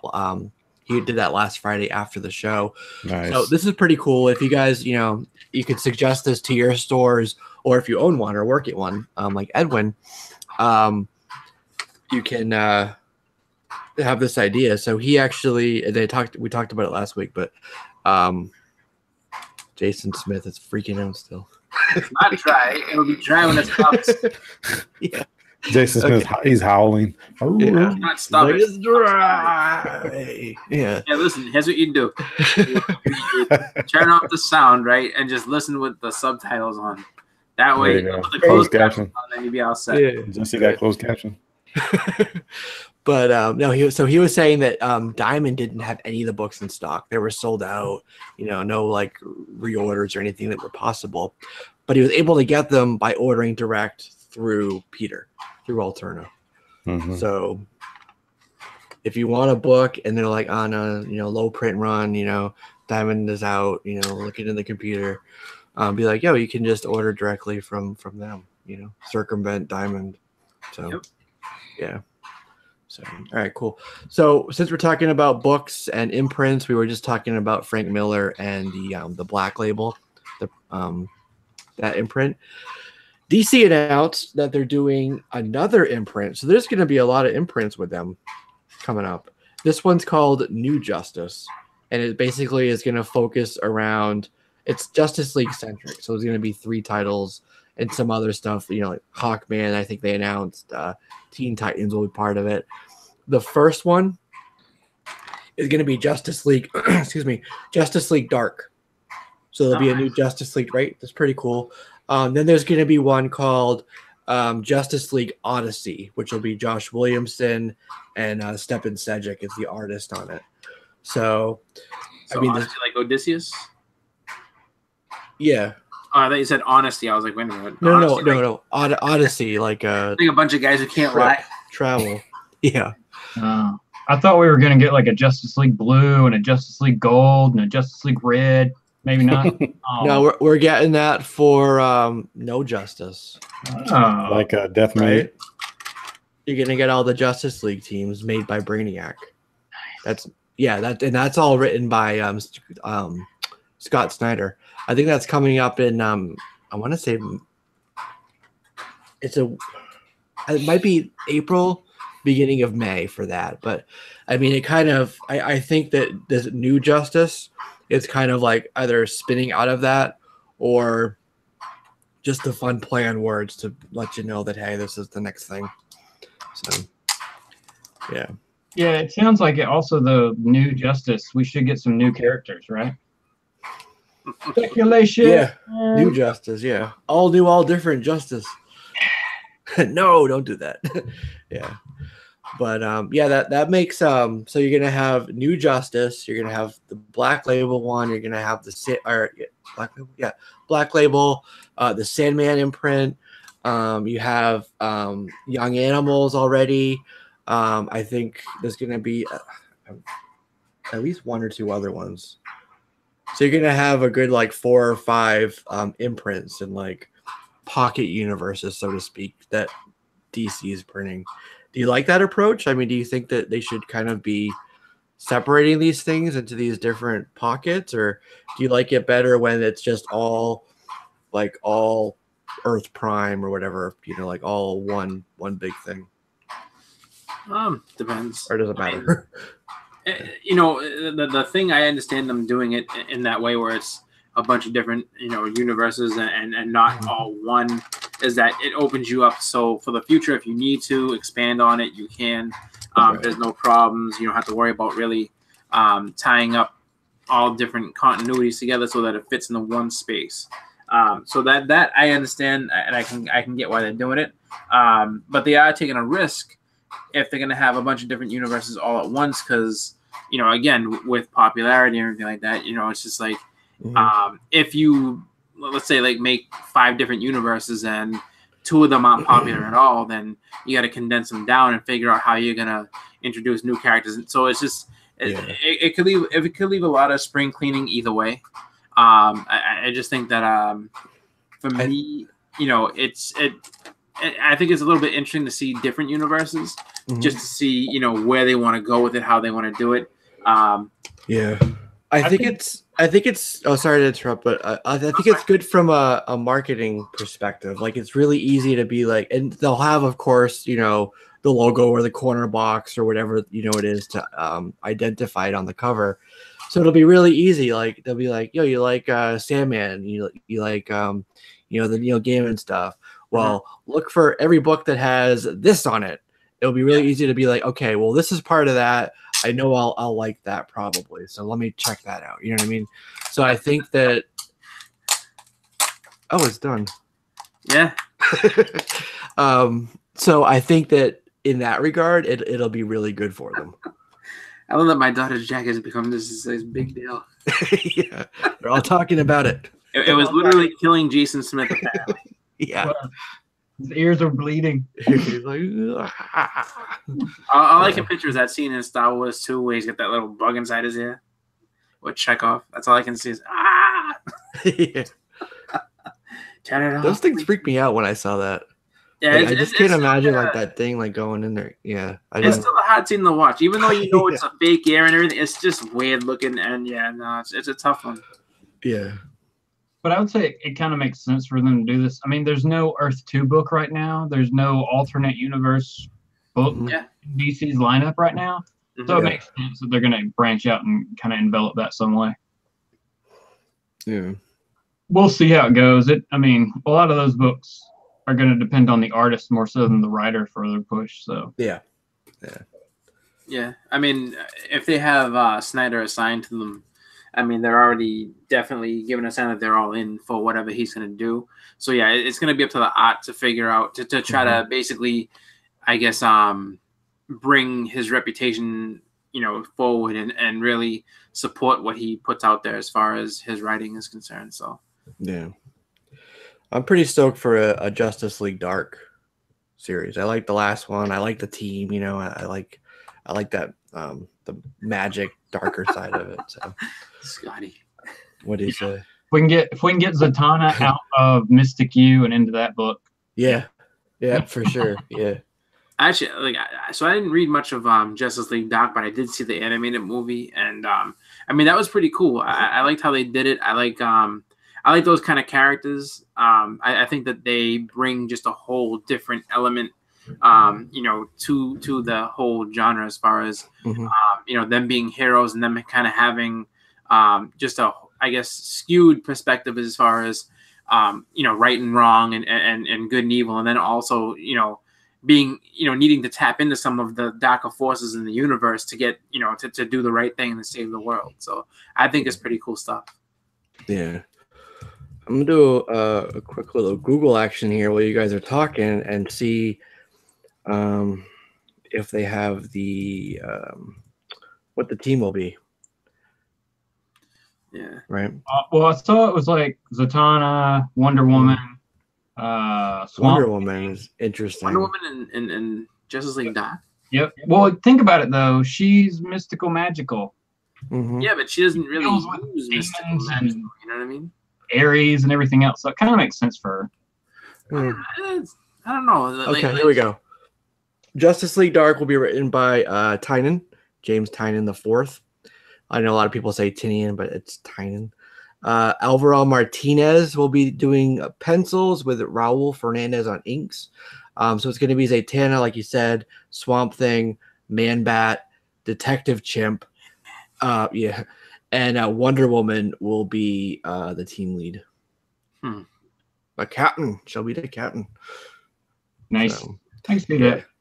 That's a weird team. Like that dude he's got his work cut out for him on that one. And that's called Justice League Dark? Yeah. Yeah, With that's Wonder Justice Woman League Dark. as the lead? Yeah, the other one is Justice League Odyssey, and I'm looking at one of the things here. This came from WonderCon, which was last weekend, by the way. They did a panel there, so that's where this came out of. So they were describing it as Justice League, like in space, crazy space western, is what Scott Snyder said. So this team, Justice League Odyssey, will be Green Lanterns, one of the newest Green Lanterns. So Simon or Jesse? Jessica. But then they list Jessica Cruz after that. So so is the first one Simon Baz? So I don't know if there'll be two Green Lanterns or if they were talking about Jessica Cruz, who like describing who she is. I don't know. I wonder if it's going to be a new Green Lantern. I mean, is it just listed as Green Lantern and then Jesse Cruz? A picture of her. So well, here I'll read it to you. It says this team will include one of the newest. Oh, okay. So it is just with the one. So this team will include one of the newest Green Lanterns, Jessica Cruz. It also has Starfire, Azrael, and it will be led by Cyborg. But get this, there's one more member of the team. Guess who it is? I'll tell you who it is. Darkseid. What? Yeah. It's already broken for me. I'm done. Kind of looks like a younger version of Darkseid. Didn't it? It didn't look like normal. Like Darkseid Jr.? Yeah, it didn't look like normal, like menacing Darkseid. It looked like a smaller, younger version or something. He has a few kids out there, don't he? Probably. Yeah. Calabac, Orion. Yeah, some of the new guys. I mean, that sounds. Go ahead, Justin. I'm just saying that Flawed said that he's pumped for Justice League Iliad. Yeah, right. Since we're getting the Odyssey. Homer leads the team. Oh man, that'd be so awesome. I'm not too familiar with Justice League Dark, but doesn't Constantine usually lead that team? He's I don't know if he leads He's it definitely for Dark. He was on it. Yeah. The one. Yeah, he was on the team, but like He's definitely on the team. Yeah, I think it was more of a consensus. I don't think there was any like leader of that team. Oh, okay. Yeah. That team kind of rotated a bit. Like they Yeah. moved in and out on that one. Where's Yeah, Philly We've had Superman at? people He'll on know. it. Yeah. But Yeah, Deadman was in there. So yeah, Jay's Odyssey confirming sounds that it is a younger Darkseid. Like he hasn't fully grown up yet. Okay. The version of Darkseid we're getting here. So the same thing they've done with like Kang and everybody else over in Marvel. trash. Take them down and let's put them on a team and try to change them. Darkseid Ito. Right. Okay, he says Zatanna was the leader. That makes sense. Mhm. Yeah, no. Odyssey, throw it in the trash right now. Done. Yeah. We'll see. And as soon as you said Azrael, the shit was broken. Yeah. Oh, come on, man. Azrael's awesome. Azrael, you know what Azrael's whole purpose as a character was? To bring Azrael was back extreme. Yeah. Yeah, Oh, he wow. was such a shit character that they were just like, you know what? Look, we're gonna give you a shit character, so you beg us to bring back Batman. And that's exactly what they did. Yeah. He Wait. looks awesome. I'll give him that. He has a cool look to him. But He has a cool look, yep. Yeah. I'm trying to think of why he would be on the team. His whole thing is like religion. Azrael. Yeah, he's Exactly. part Yeah, of, but he the still fights order. like evil, and I mean, But Yeah. he's not gonna fight cosmic evil. He beats up on guys who steal purses, not friggin' aliens. That's ridiculous. It's as real as it gets. Good job, Gomez. Oh, oh my god. That was awesome. that was a good one. Oh, I wonder. Let's see here. Azrael. Oh yeah, Order of Dumas. Saint Dumas. That's what I was trying Yeah. to think of. John Paul He was Nelly. brainwashed, so at Yep. some point. Mhm. Yes, Azrael. Brian B asked, have we even seen Azrael in Rebirth? Yes, he has been on Detective. Yeah. Yeah. And it's actually doing a good job, in my opinion, because I mean, you get more background of the whole metal of his sword and costume and stuff like that. I don't know. I dig it, but I'm a fan of the 90s. I remember when Sword of Azrael came out, Breaking of the Bat, Nightfall, all that stuff. Oh, So, Nightfall was dope, man. That was one of my favorites. I was talking, and when I did my contest, I was talking about, the video announcement, I was talking about Maximum Carnage. mm, But let me tell you, Nightfall is right there with it. It's one of my favorites. Yeah. I'm with you. Yeah. Good story. So, all right, cool. So that's coming up. Yet another imprint from DC. So pretty interesting that they're taking that strategy. What? I mean, DC canceled like 5 books, 6 books, Yeah, a bunch of them. And Yeah. but all they're announcing, they're about to pump out another 20. So It's kind of tricky with that, with the announcements or them being missing on the solicits, because some of them were truly just for low sales, right? That happens. But some of them are kind of on hiatus because they're being rolled into the Snyder event that's about to happen, which is the No Justice thing. So a lot of those like Justice League, either the main stuff or the ancillary like solo books and stuff are being rolled up into No Justice, the No Justice event.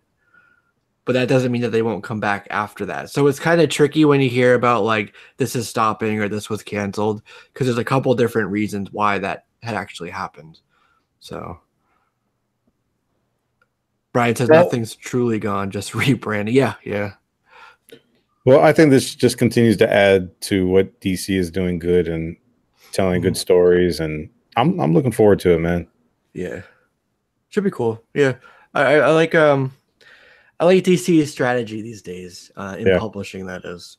Mhm. So yeah. And get the movies right, but they got the comics going pretty good.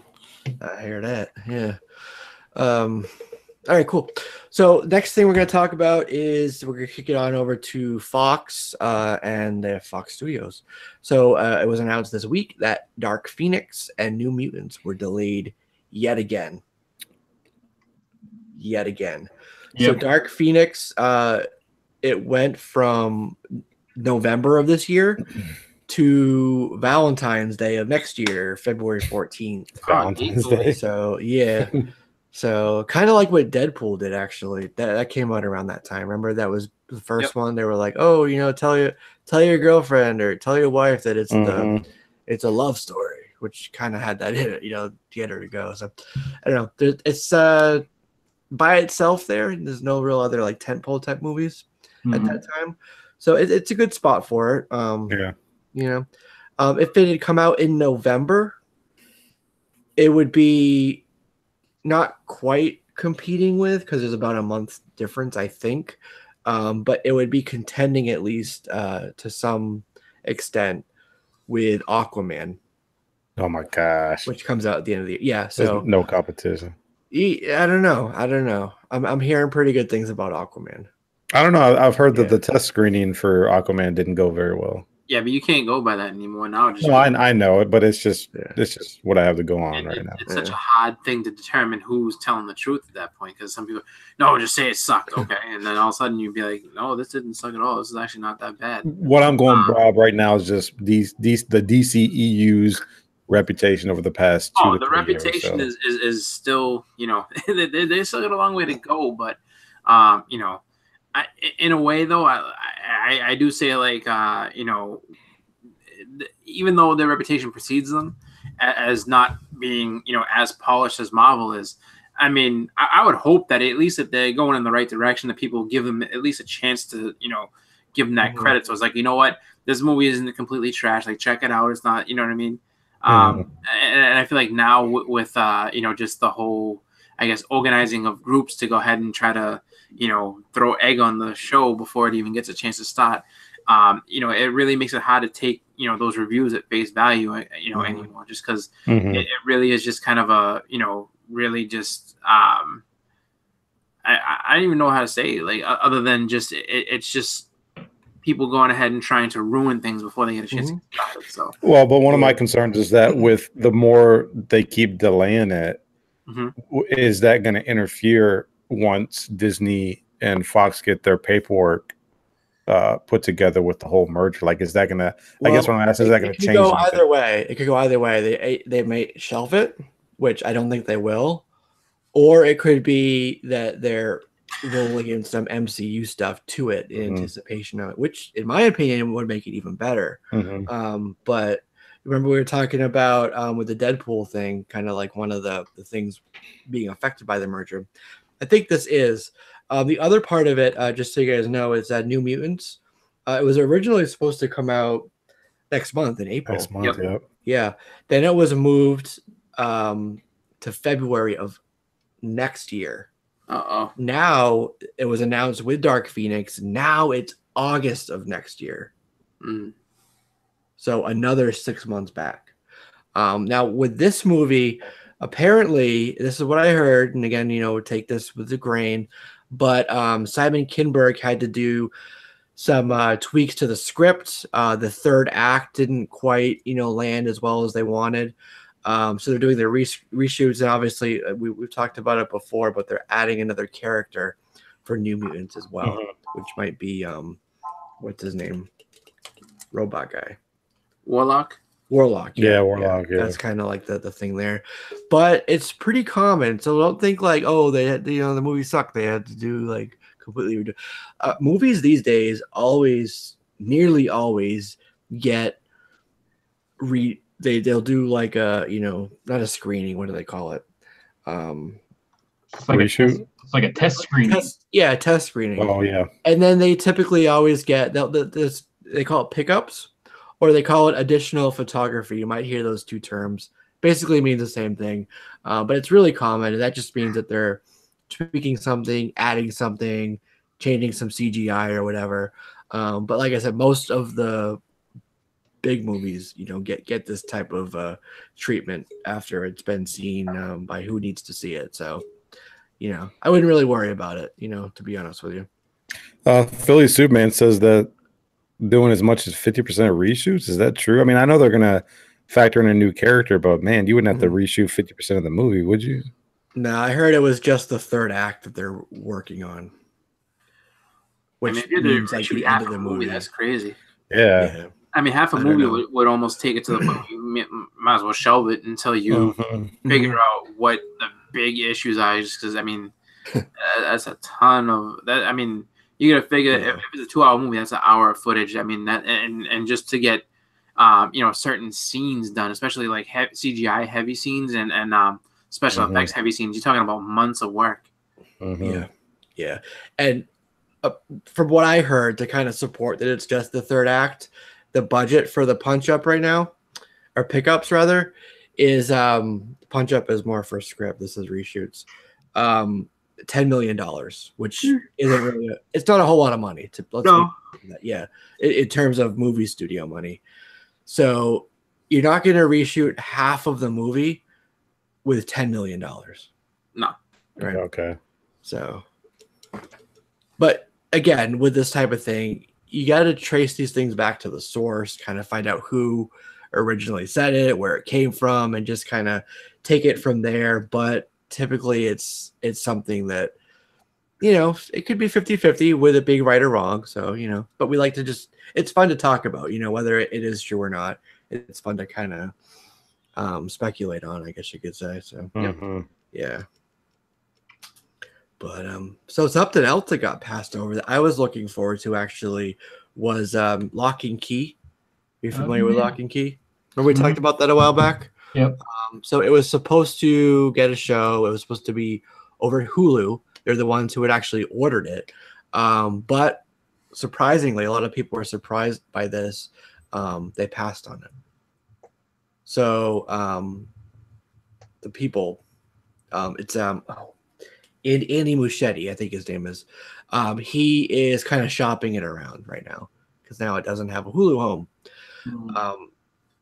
My first thought was, I was in my head, I'm like, man, Netflix, we were talking about this a couple episodes ago. They're investing somewhere around like $7 or $8 billion just for 2018. Wow. Right? On original content.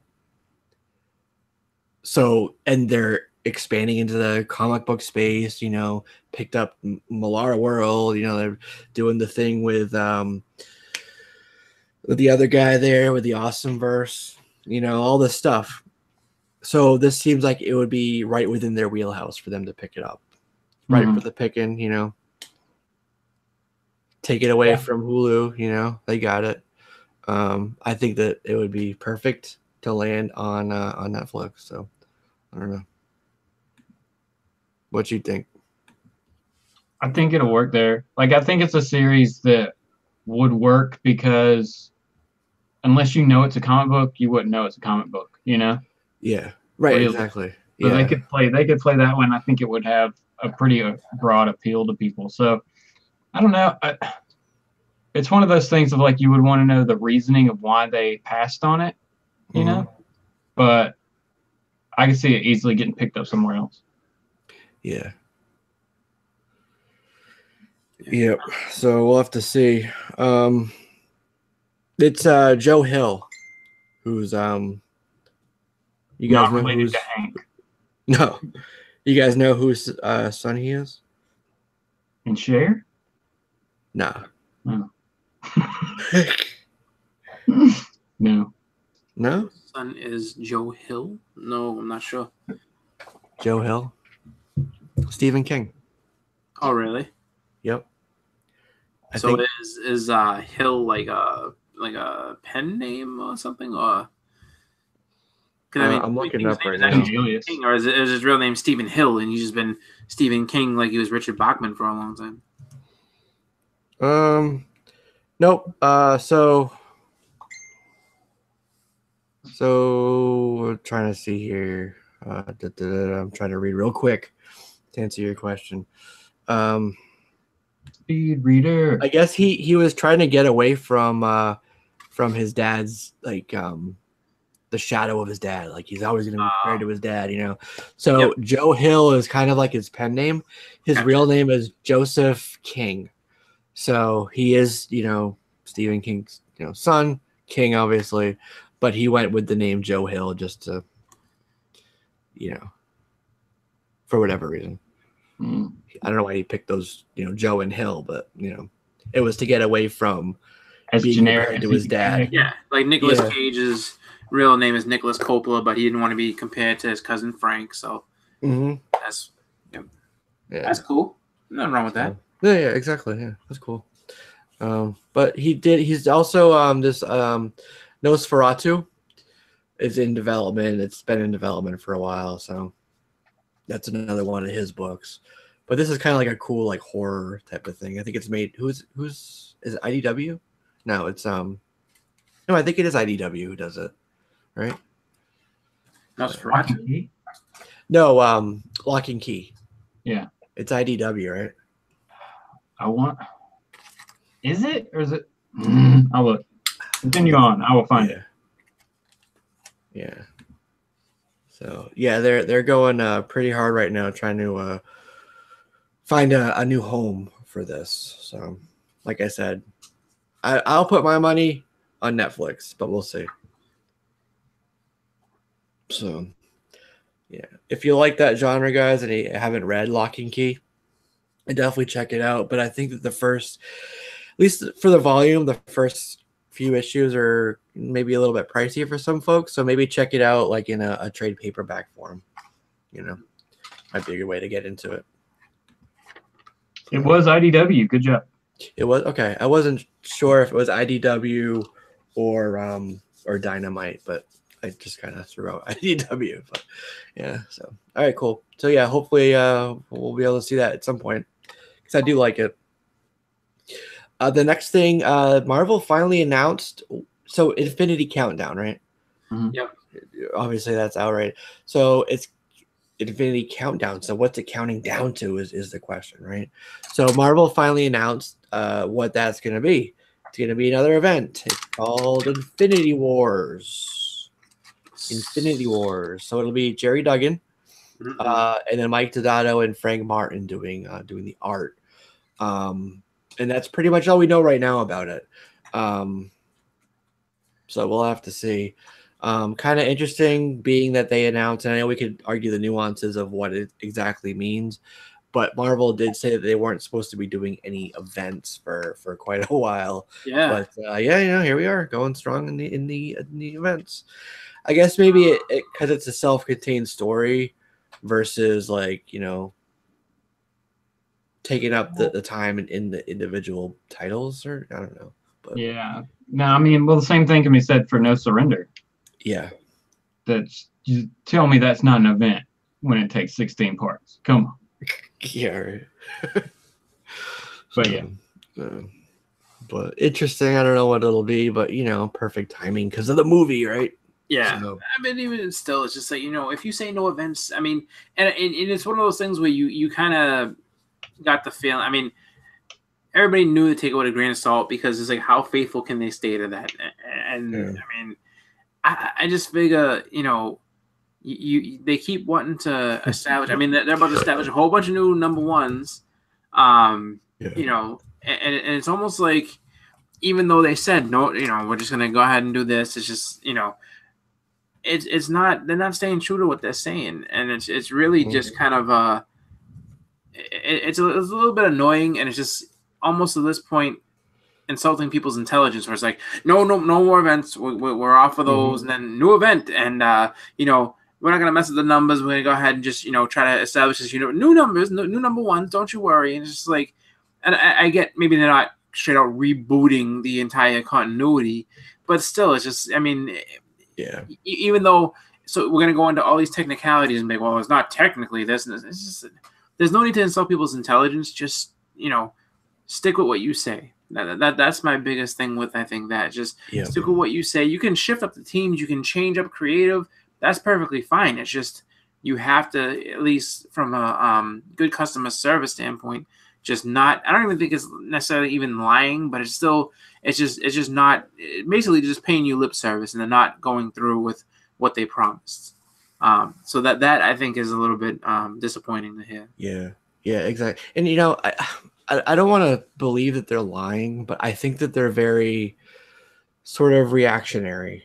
Like, despite what they say, you know, despite what, you know, like I think it was Axel used to tell like the writers, like, you know, don't listen to people. You'll hear complaints, but stick to your story and what you want to do, your vision. Otherwise, you'll just be catering to, you know, whatever, and you know, they're not your employees or whatever. But I really feel like Marvel is, especially right now, very sensitive, I guess, to what the readership is saying. He goes, "Oh, they're lying." Yeah. So I think that when they first announce something, sure, it might be true, but they're very quick to like deviate from that and change it. You know what I mean, and not stick to what they said. So I don't know. Maybe I'm just being naive there, but I really don't want to believe that CB Cebulski's sitting there and just lying to people's face. You know, I think that honestly, I think that in a way is kind of like when you like, if you've ever seen the movie Casino, and it's kind of a weird comparison, but I'll just make it anyway because I already started it. So there's a scene in the beginning of the movie where they're talking about how there's this one high roller that comes down and cleans them out, and you know, initially he will sit there and bet these huge hands in the games that he plays, and end up winning a ton of money, and he's just like, you know, what we do for this guy is, you know, we get him to the point where he'll bet small.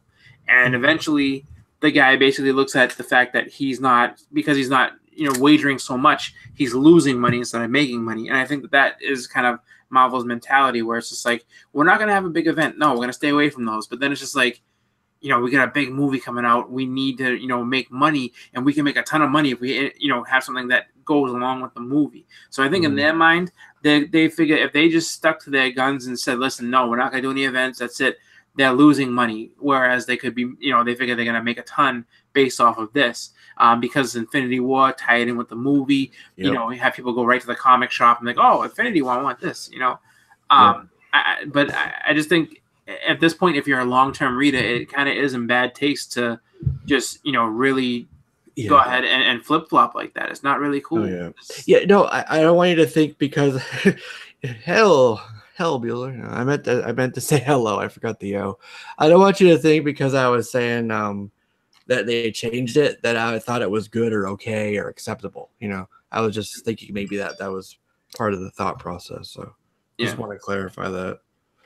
But I agree with you. Like, you know, it's something that you don't want to really say, well, they're just lying to us. But I do think, in a way, I do kind of feel like they're trying to insult people's intelligence, and that's my you know, really, I think what I set to draw the line as a collector, where it's just like, you know, if it's blatant and I know you're just trying to make me, you know, you think I'm stupid at this point, you can just keep doing the same thing. That's where I think you start to kind of scale back and really evaluate, you know, whether or not you want to continue on with this. So we'll see what happens. Yeah, we'll see.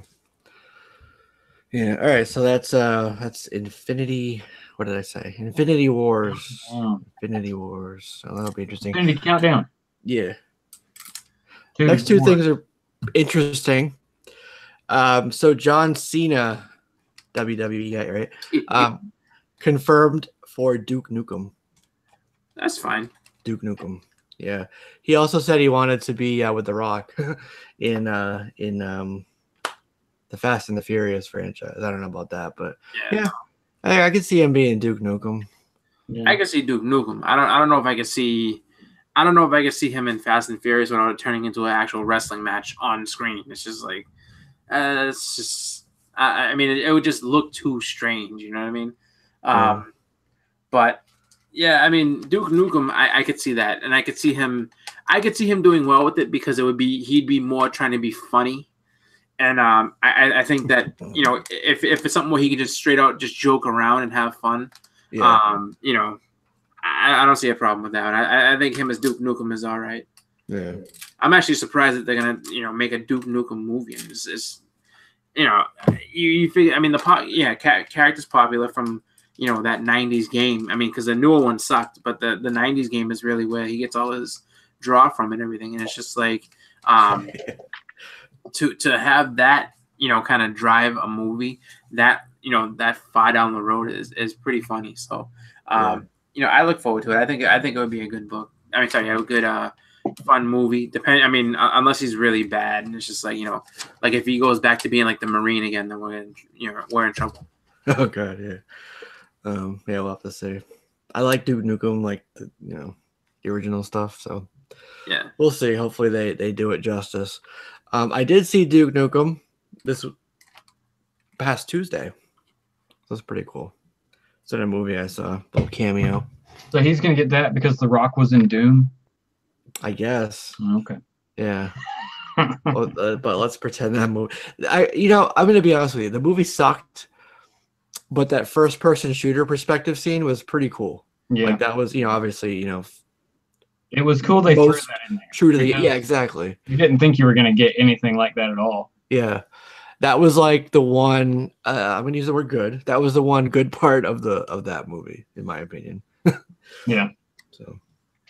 Yeah, I think that they, I think that for that, I mean, I don't know if they knew what they were making or if they even. I mean, I think, to be honest, I think that's a movie that came out before its time. I think if they had the chance to, I mean, if they went ahead and made it again or made it now, there's so much more you could do with it that it wouldn't be as just sad looking of a production as it was. But I mean, it just unfortunately for that, it came out too early, and I think that The Rock was really unproven at that point too, and it was just just a lot of bad variables at one point or another. But is Duke Nukem even the same company as Doom? Like I'm not sure if they were made by the same game company. Yeah, I don't know, to be honest with you. I would have to look it up. So you gonna check it out, or? I can look it up. Okay. So the reason I put this here was because Duke Nukem had a cameo not a cameo, like a tiny little flash of him in Ready Player One. I got to see that on Tuesday. Highly recommend the movie. I loved it. I thought it was great. I do have a review up. You guys can check it out later. Shameless plug, but that's kind of my more in-depth thoughts on it. But my position on it was that it's not nostalgia porn. That's kind of what some of the backlash has been. I think that people who complain in that way are kind of missing the point of it. It's more like a love story to like the 80s and pop culture and all those things that we loved and grew up with, the games, D&D, you name it. But they do a really good job about tying in like modern stuff too.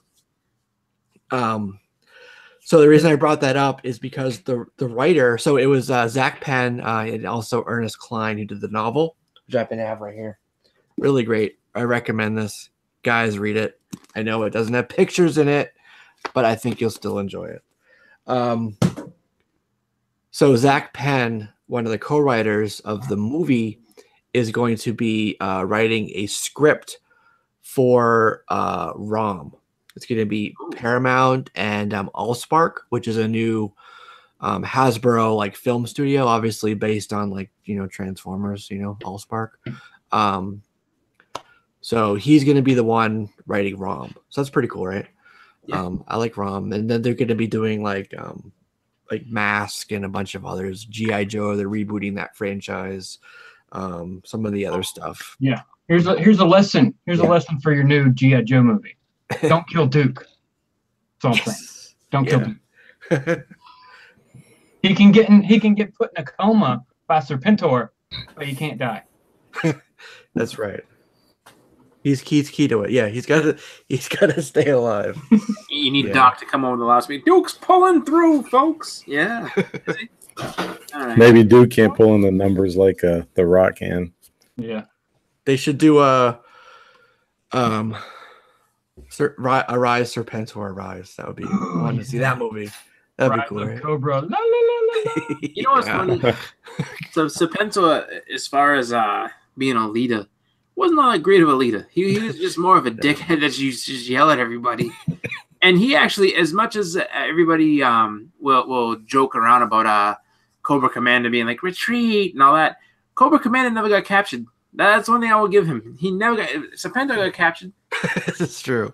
And a lot of people, honestly, I feel like Cobra Commander was never set to even lead that thing. He should not have ever been in charge because everybody hated him. It was just like over and over again. Like, yes, Cobra Commander, what a fucking asshole that guy is. I'm not doing what he said. Yeah, I was considered Destro more of a Destro seemed like he had a lot more of an iron fist. People were afraid of Destro. Yeah, Destro and the Baroness. Everybody was like, Oh yeah, the Baroness. Yeah. But people I I always will said, say this. Oh, go ahead. Serpento did have people scared shitless though, because he just screamed in their faces and they're just like, "All right, look, Yeah. we don't have an HR department here, all right? I just don't think this is right to be treated this way."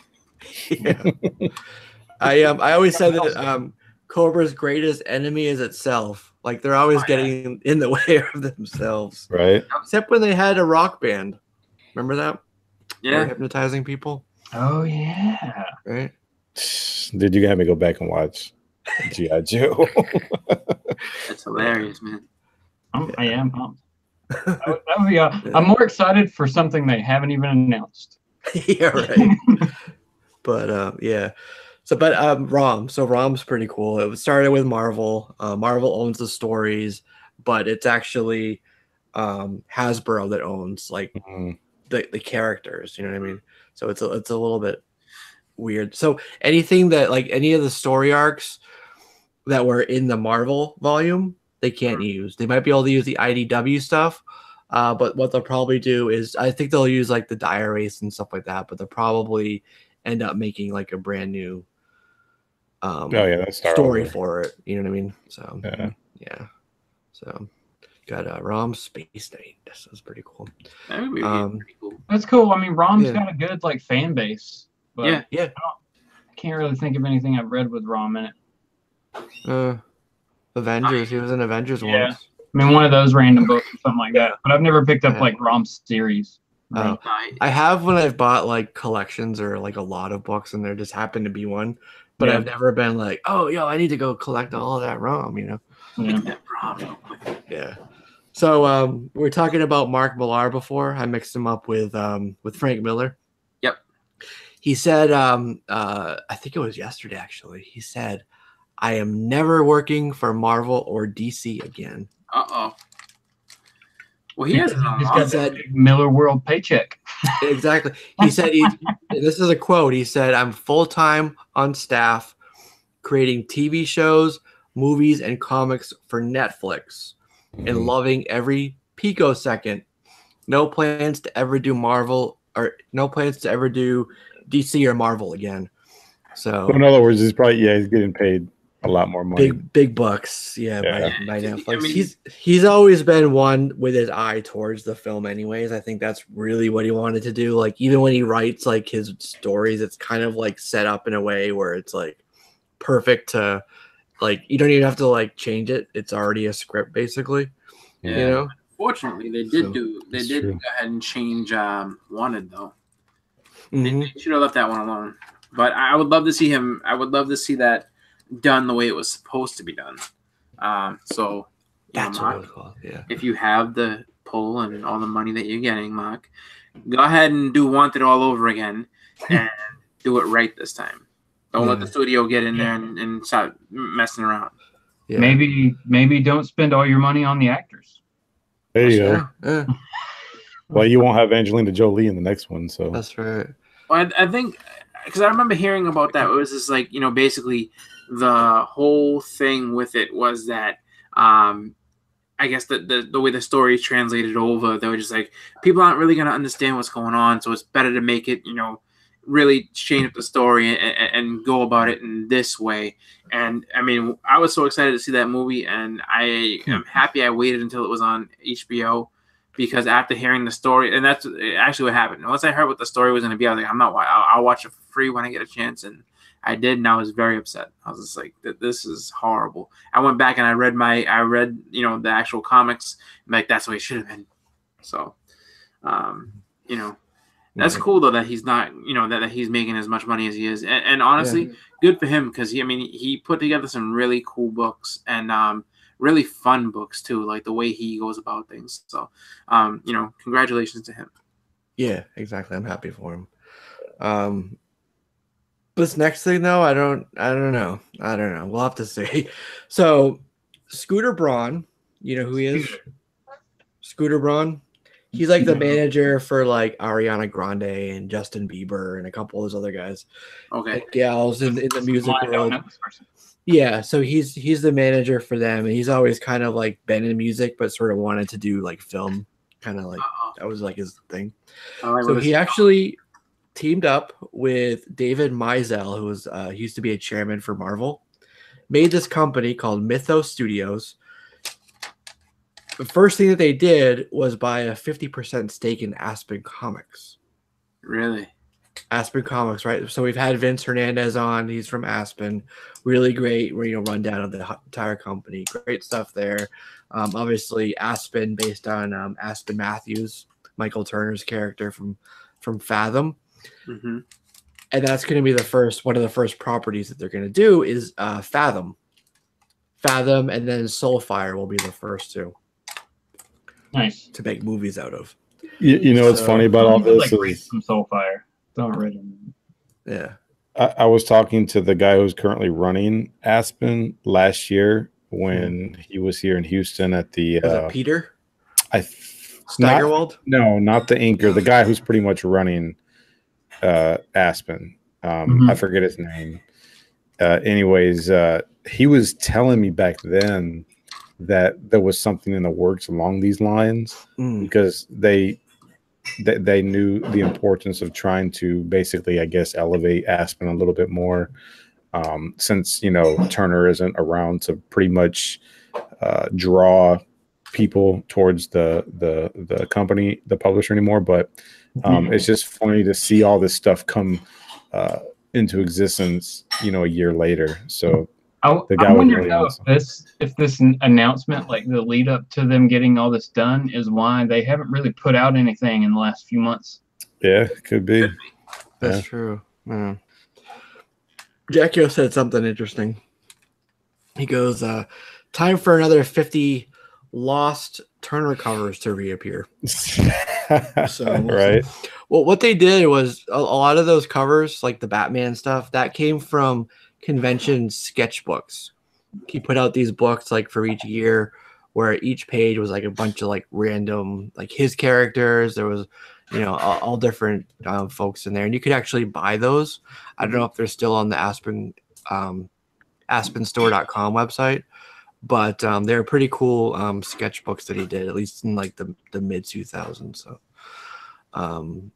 but that being said, it was we talked about it when we had Vince on the show. Yeah, kind of like you're using Michael Turner stuff. Like we hope that the Turner estate is benefiting from that as well, as they rightly should, in my opinion. Yeah. So, absolutely. Yeah. But when I heard Scooter Braun, I was like, well, shoot. They got Cannon Hawk, who's one of the guy from Fathom.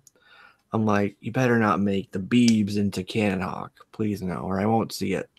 Yeah, that's all I'll say about and that. What? So most likely, potentially, Ariana Grande is going to play Fathom, or going to be Fathom, or I don't know. Whichever. I hope that they stick with actors and don't just because they sing. I don't know if they sing well, but they sing, but they don't act. They don't act. Yeah. So stick with actors for your studio. Stick with musicians for your music. Yeah, have them on the soundtrack if you want. That would be horrible. That makes more sense. Please don't make Ariana Grande Fathom. No. Make Miss Hustle Fathom. There you go. Yeah, Miss Hustle. You want to be Fathom or Witchblade? Whatever, man. I just think that's cool though. It's also cool that started as like an image book. Yeah. It was Top Cow, wasn't it? That's right. Yeah. Top Cow, yeah. Yep. And then the Darkness and Fathom came out after. She was one of their last things. Yeah. During that period. But it was Witchblade and then the Darkness were the two the two starter books in that series. No, it was Cyberforce, buddy.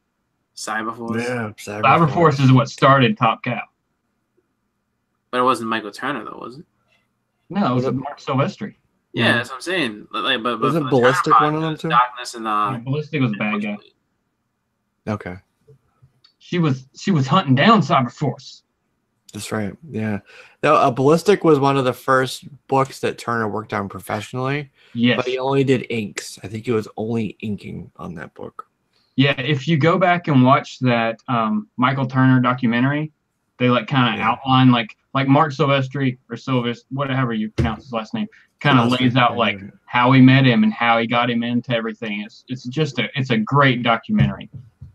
Can't recommend it enough if you haven't watched it yet. It will make you want to go find every Michael Turner book you can. You know? Yeah. Very good. I would. Yeah. Great stuff. Really great stuff. The one thing I want to get, and I don't have it yet, is they did like a Wizard commemorative edition book after he passed. So I think it came out in like later in 2008. Just basically, you know, honoring him and his life and his work. Really, really beautiful cover on it. But that thing is like, it's hard to find.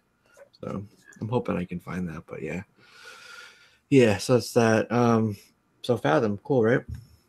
That'd be cool. I mean, it could be very cool.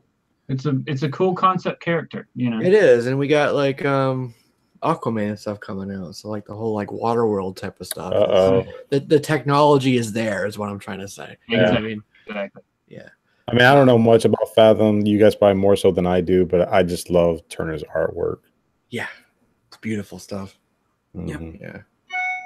To this day, you know, there's like we love our Matinas and we love our Delatos and everything, but there's just something about Turner's art that you just I think it was just the amount of detail he was able to put into, you know, just the characters that he put there, and just I mean his covers were really just. Well, but that was the thing. He did interior art too. He wasn't a cover artist, which That's I think is what hurts a lot of books now. Is you find these books that have these amazing covers, and then you open them and you're like, crap. Right. And honestly, I feel the same way about that. I think that, you know, really, and I know that, you know, it's, I guess, kind of a rite of passage if you've done it for a long time, and you know, you've established yourself as one of the top artists. It's like, you know what, I want to light a schedule. I want to just go ahead and just do these covers. I like doing these rather than doing just the interiors and everything like that. But I think that really, you know, it like Justin said, it hurts the book, and I think that really, honestly, it would be one of those things. I think that's a little better. Is like, if you're gonna be one of the top, you know, superstar artists and everything, but only getting paid for one page or just a big splash page, that's stupid. Like, if you're gonna, if we're gonna spend the money for you to do this, like, we should spend the money for you to do the actual issue.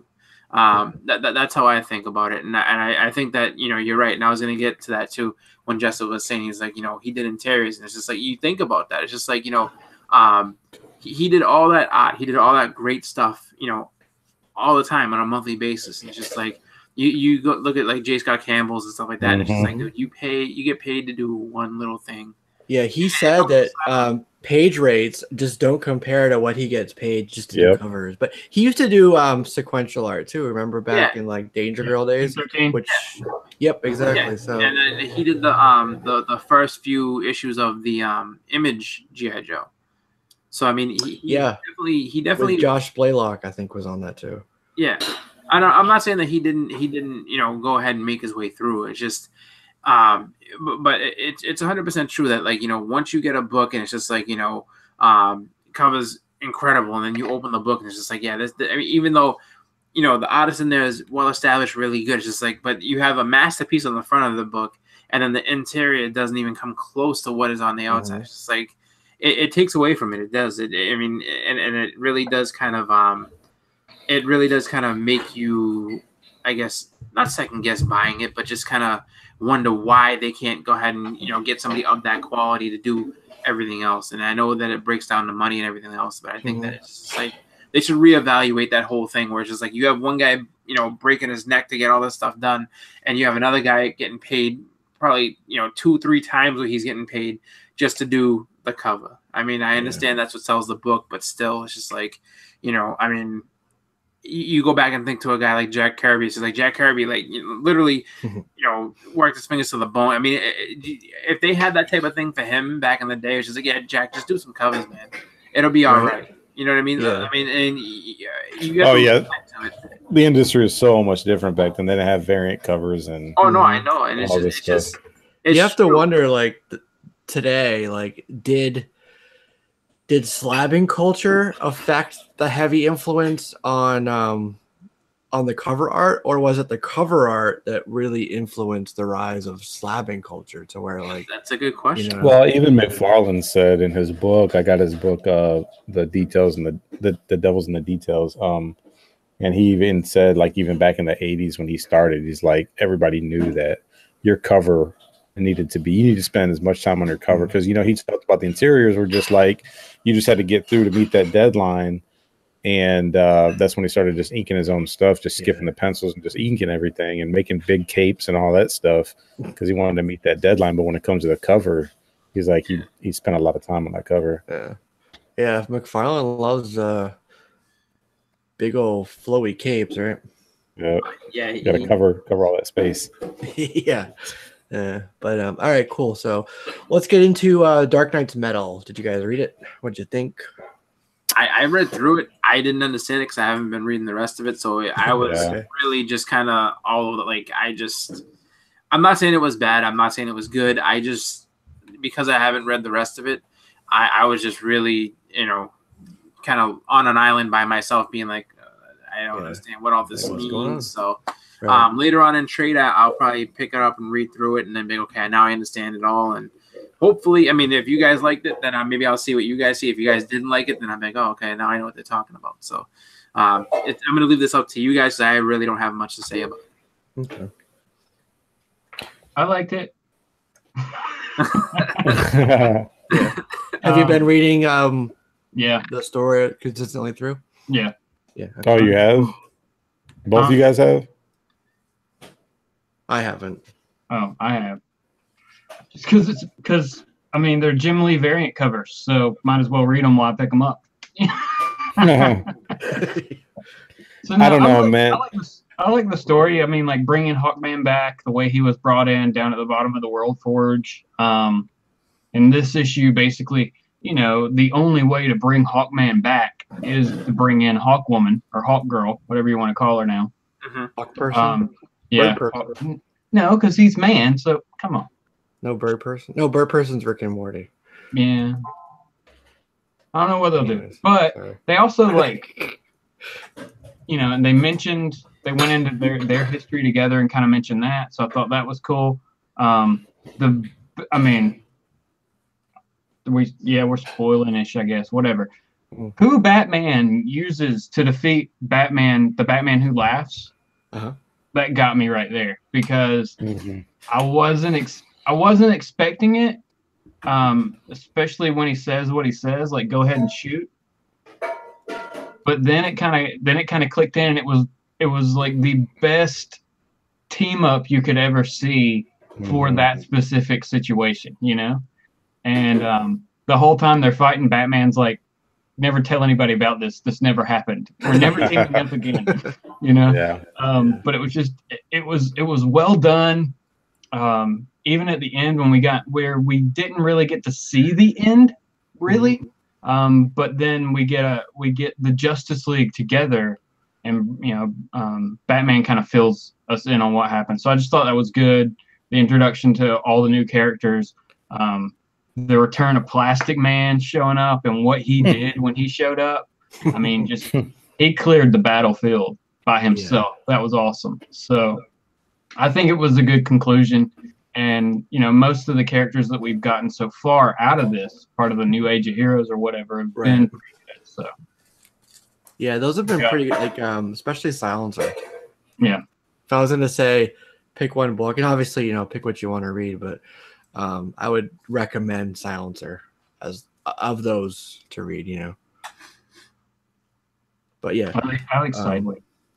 Yeah, that's good too. And what was the other one? Damage. No, not that. The Terrifics. The Terrifics, yeah. But we're also going to get the Immortal Men will be coming out soon, and something else I can't remember now. So, and Jim Lee's going to be attached to the Immortal Men. So, that's good for an issue to launch it. And that's about it. I know. Yeah, but, he's good about the beginning of a volume and then just kind of like trailing off. Like I did the first 4 pages. Well, I thought the Dark Knight's Metal is pretty good. I mean, I'm a fan of Capullo, and I know he likes to draw different characters, and he drew a lot of different characters in this one. And so I again, I'm right there with Chris. Like I wasn't really following. I think the last time I left off was Joker was in being held prisoner in the Batcave, and I can't remember if he was getting ready to get out or if he had just gotten. I think he did just get out by who's the black character that plays Batman? What's his name? Duke Thomas. Was it? Oh, was it him? Knight. The Signal. The Signal. The Signal. Yeah. Okay. Yeah. So that's kind of where I left off. But I mean, it looked interesting. I mean, it was pretty solid for not really knowing what has gone on over the past couple months. I'd give it a solid 4, and I think a lot of that has to do with the fact that out of 5, yeah, because even though it was a $5 book, I think there was about 40 plus issues or 40 plus pages of story, which I love. I just wish I wasn't so rushed to read it, and I was kind of. No, that's not your fault. It's just hey, life gets in the way sometimes, but it was good. I mean, very true. The again, the artwork and like what Justin was saying, the story, the little twist there. Are we spoiling here or no? Might as well. Light spoilers anyway. Yeah, light spoilers. Well, Batman teams up with probably the most unlikely person that you would think of, but the thing I didn't get was like he gets shot, but then all of a sudden you see him carrying a person out. I'm like, weren't you just on your knees a minute ago? It was once that armor kicked back in, it pretty much healed him. Oh, okay. Once he came out of there and the armor came back on, he was pretty much okay.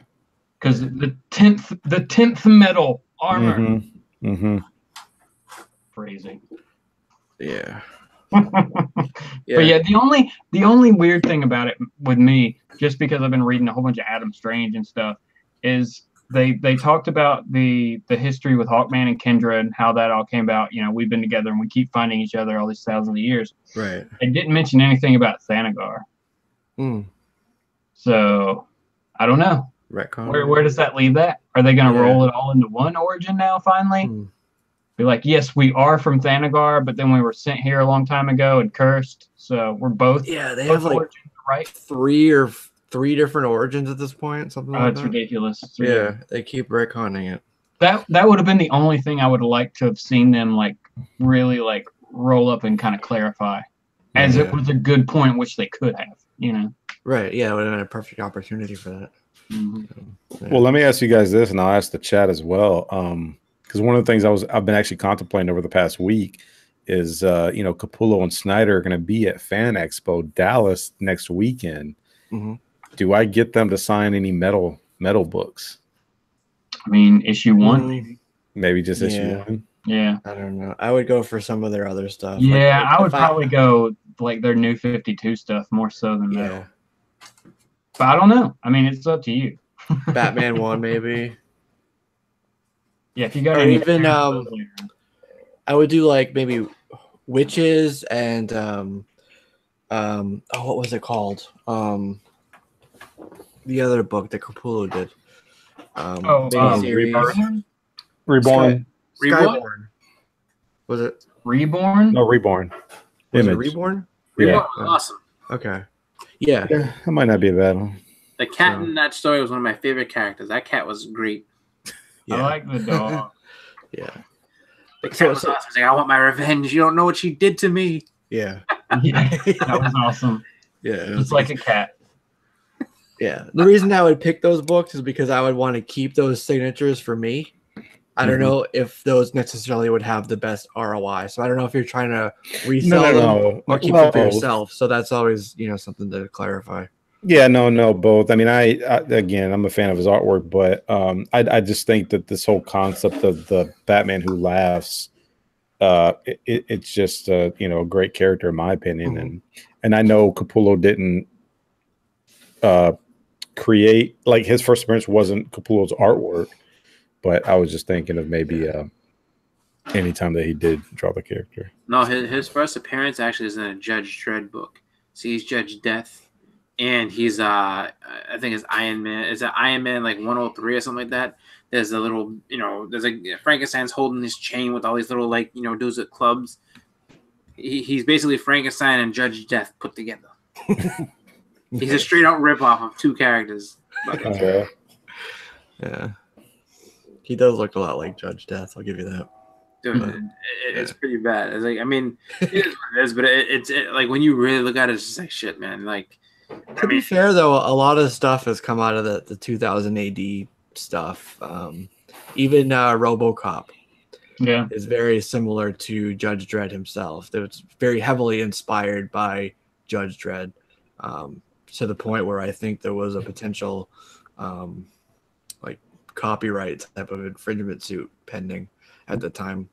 Yeah. But so that's it, guys. Go buy that book if you like it. Definitely check out the rest of the series too if you haven't. It's been a pretty good read in my opinion. I think we all agree on that.